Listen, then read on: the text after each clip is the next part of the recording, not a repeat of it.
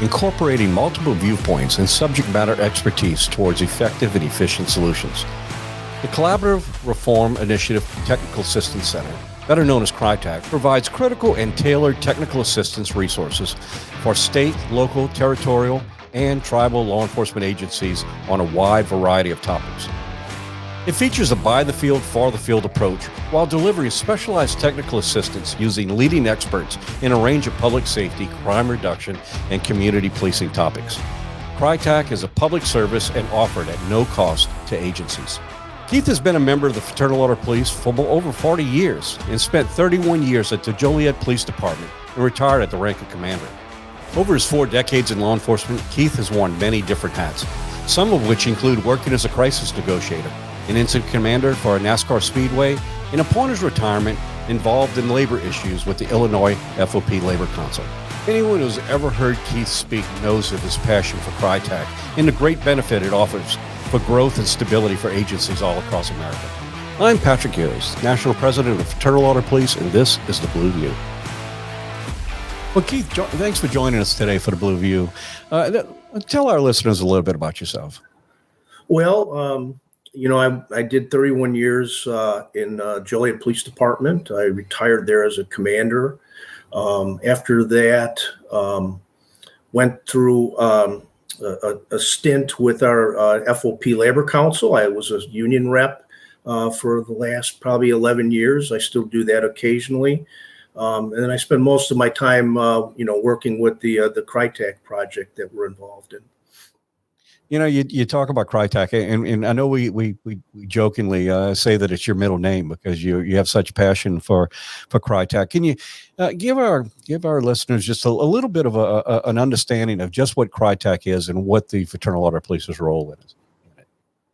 Well, it's a collaborative initiative between ourselves, the International Association of Chiefs of Police, the FBI National Academy, IACLEA, which is the campus law enforcement executives, major county sheriffs are involved, the IADLIST, which is the directors of the standards and training boards from across the country, NAWLE, which is the National Association of Women Law Enforcement Executives, NOBLE is a partner with us, the National Organization of Black Law Enforcement Executives, the National Sheriff's Association has partnered with us, as well as the National Tactical Officers Association. So you basically have a conglomerate of the major movers and shakers across the country in law enforcement. So Keith, this is run through grants to the Department of Justice. So what services do they provide?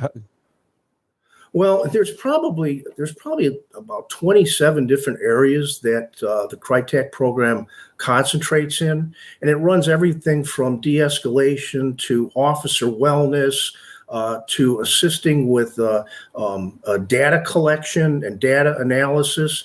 And I mean, I don't want to give you the whole list, but it basically runs the gamut of any type of challenge that a law enforcement organization could face. And above that, we have had requests that we haven't even thought of to put on the website as something to offer, but we're able to pivot and basically find whatever that organization may need to help them accomplish their tasks.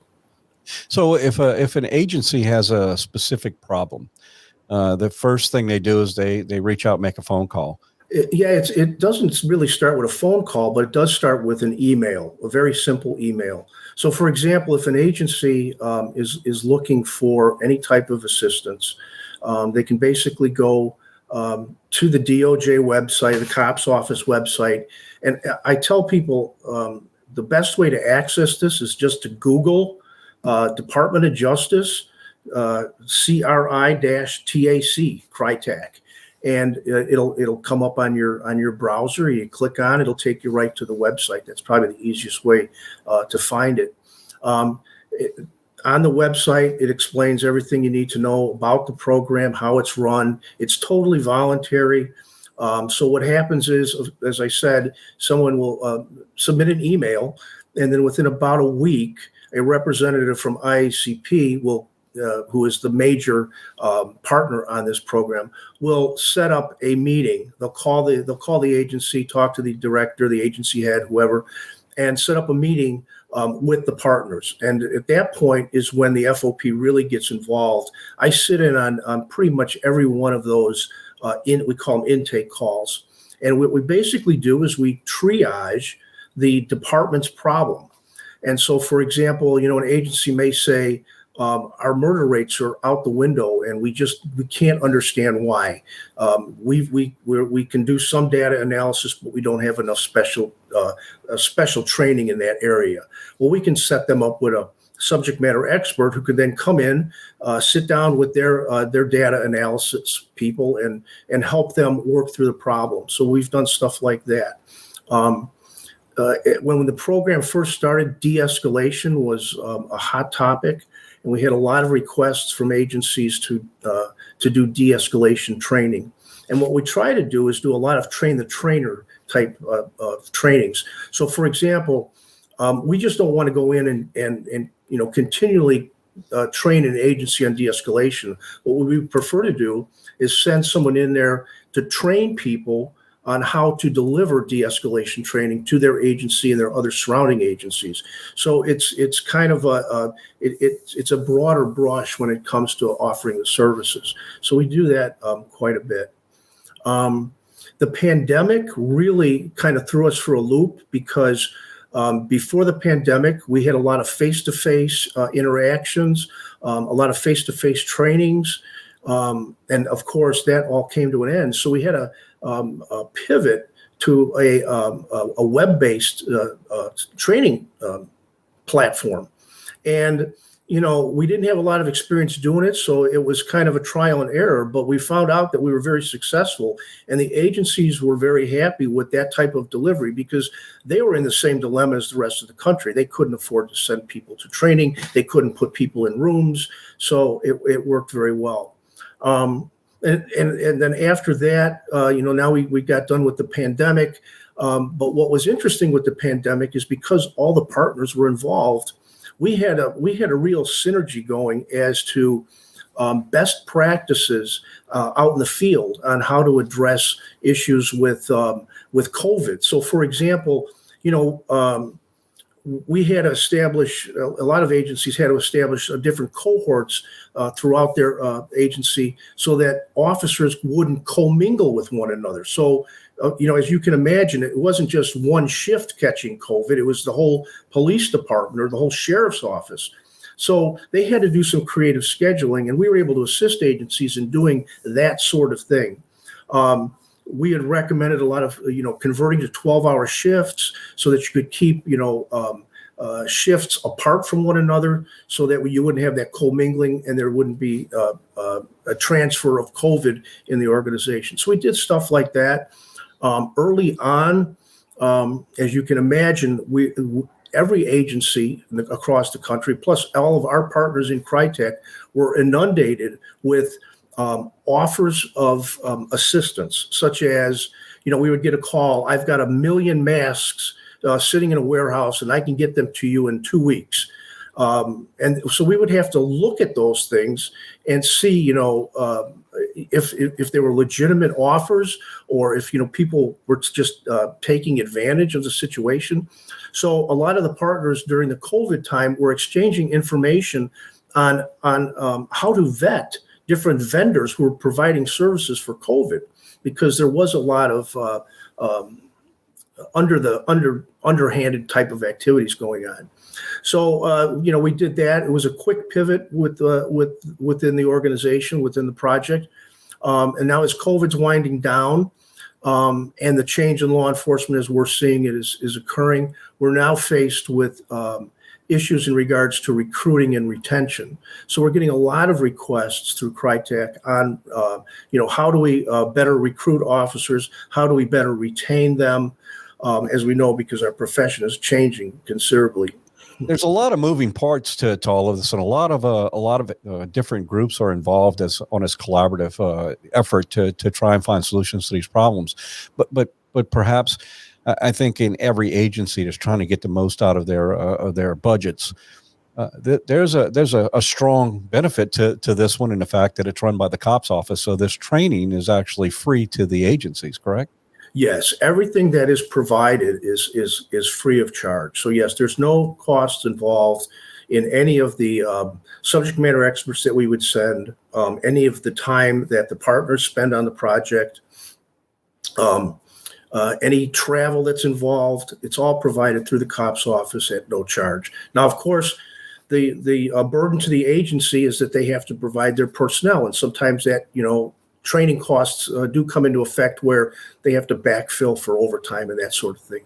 Keith, we are, this past 2 years, we've struggled with a lot of issues. COVID certainly putting challenges on our agencies that we have never seen in modern time, and those demands. And you've talked about how CRI-TAC has played a role in helping agencies manage through, I guess, that drinking from a fountain of information that was constantly coming out and trying to feather what was important, what was not, and what was vetted, and it played a huge role. But prior to COVID, CRI-TAC had a good, solid track record of working on a number of issues, and we know as we emerge out of COVID, obviously recruiting and retention's a big factor, but there are a lot of looming factors that our agencies are dealing with. What changes are coming in CRI-TAC? I know that its funding source was running out, but it looks like there's some promising information coming on funding of CRI-TAC in the future. So could you touch a little bit on that? Yes. So we did get funded for, I believe it's going to be another year for the CRI-TAC program that the FOP participates in. But the Department of Justice is kind of expanding, not really CRI-TAC, but expanding the delivery of collaborative reform. So there's also a component the Department of Justice is going to put together to deal with critical incidents. So, for example, it'll be a rapid type of response that an agency can be provided for. Let's say they have an officer-involved shooting, or they have a tragic event in their community, or they have a major catastrophe. But anything that really challenges an agency, there's going to be a team available that'll be able to respond quickly and help that agency through their issues. Now, it's not going to particularly be part of CRI-TAC. I think this initiative will use a lot of the CRI-TAC resources that we have available, but this is another initiative from the Department of Justice, and I think they've just put out the RFP on that project. And then there's also another project that they're dealing with. It's more of a long-term kind of response. So for an agency that would like someone to come in and kind of go through their policies, their procedures on a long-term basis, and really delve into how the agency operates, delivers their services to the public, interacts with employees and with governmental entities, and really a broad-based look. There's also going to be an initiative on that through the Department of Justice, and that RFP is going to come out as well. And so, again, not really part of CRI-TAC, but I think a lot of the CRI-TAC resources that we have been able to assemble are going to be utilized. One of the beautiful things that we've been able to do with CRI-TAC is assemble a library of subject matter experts from every field that you could imagine. So when we're faced with an issue to address, we've got a deep library that we can look at and determine who are the best subject matter experts to send to a various agency. And I'll tell you, many of those subject matter experts are FOP members. Many of them have been recommended by the FOP. It's something about a collaborative approach, and in this particular case, you have so many people, so many groups that are professionals within their specific fields that all bring a unique perspective, and working collaboratively just really comes up with some dynamic solutions to very real problems tailored to each one of these agencies. Could you, I know you talked about COVID and how how CRI-TAC played a big part in helping navigate through all of these new challenges that are thrown at law enforcement. But prior to COVID, can you look back at some of the successes? Any examples that really stand out to show how this collaborative effort has taken a real problem in an agency and came up with a real solution? And what did that path look like? Well, so I can't name specific agencies because one of the requirements that is put upon us through CRI-TAC is that there's a certain sense of confidentiality, because we don't want to put an agency out there that, for whatever reason asks for assistance. But I can tell you that we have done some very, very unique training scenarios. So, for example, we had an agency up in Alaska, and this agency basically operated as almost like a fire department, where the officers would fly in and work that agency for like 2 weeks and then fly home. And they were flying in from like Seattle and Portland. And so they would come in, they would do their 2-week stint, and then they would go home. And the agency wanted to do some training on leadership abilities and actually, what is the best practices for running a police department that operates so unusually. And so we were able to find some subject matter experts for them. But some of the challenges that we faced was, of course, they didn't have internet service because they were so far out in the remote areas of Alaska. And we had to actually fly in our people to do the training, one-on-one. So that was probably one of the most unique experiences that I was involved in. But we have helped agencies that are as small as 3-4 man departments. And when we do something like that, what we try to do is get 8 other areas to come on board as well, so that we get the best bang for our buck when we do a project. But we've done agencies that small, and we've done agencies as large as any city you could imagine: Chicago, Philadelphia.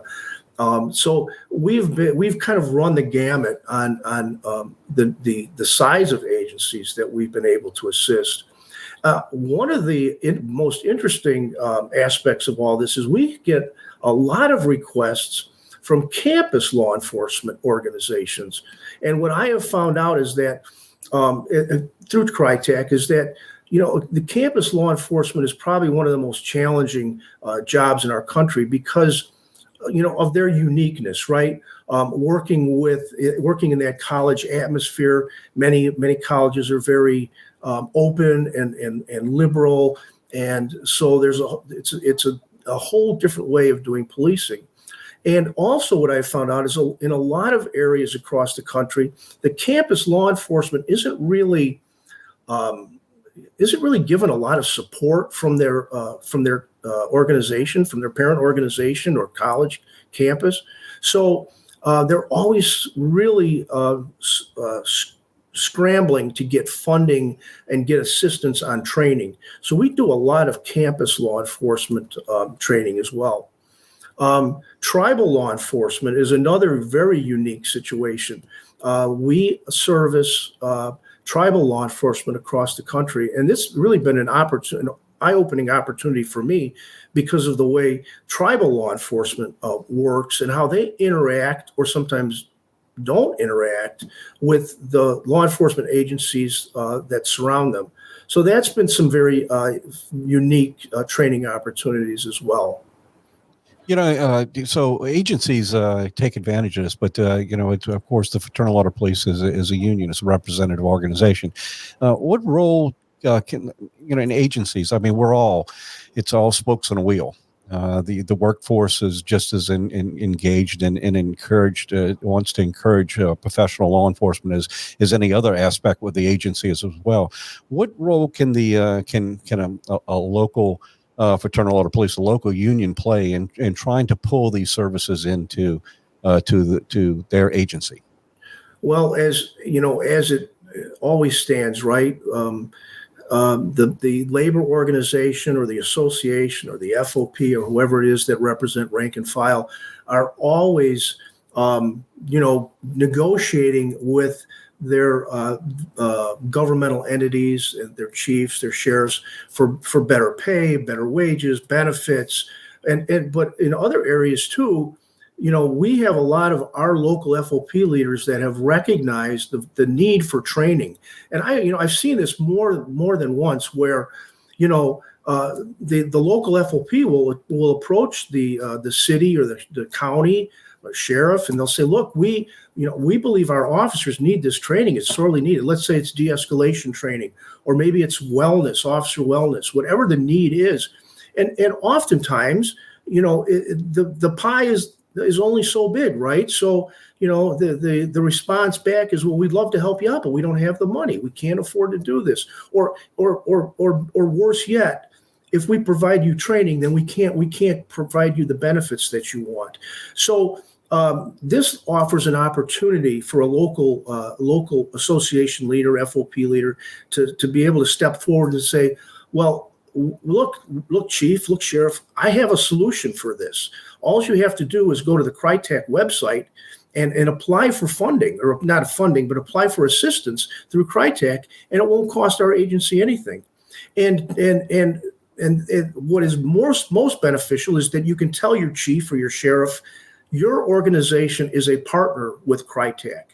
So this is not the FOP trying to push some training into the organization. This is a conglomerate of every major law enforcement organization across the country who has been working together to provide professional services to agencies. So it's really something that chief or sheriff or city administrator should really look at closely.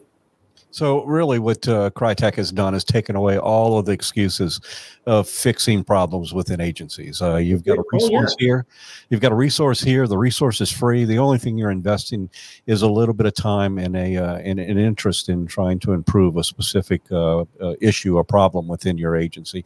Here's CRI-TAC and a collection of subject matter experts who are willing to work with it and resolve these issues, come up with a sound solution in order to be able to advance through whatever these issues are.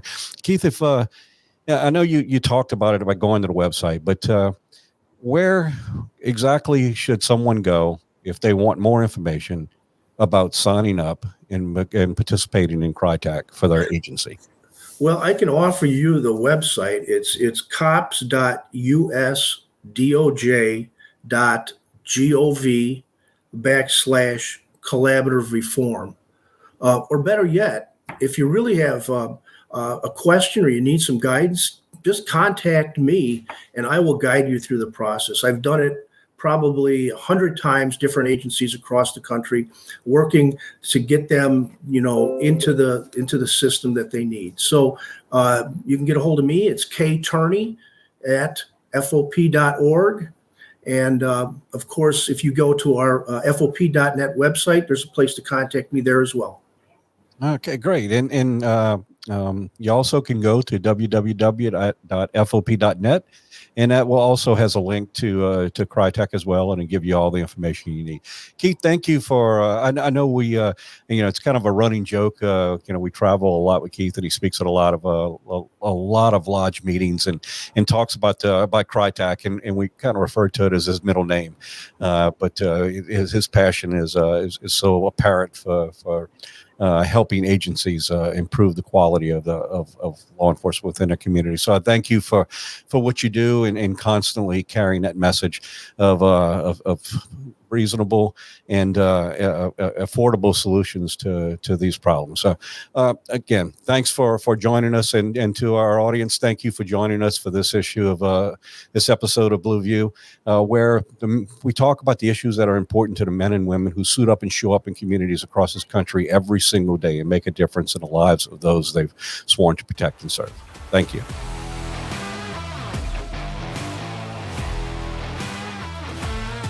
Be sure to subscribe on Apple Podcasts, Spotify, or anywhere else you get your podcasts. To get the latest from the National FOP, make sure to follow us on Twitter and Facebook @GLFOP and on Instagram @FOP National. Thanks again. We'll see you next time.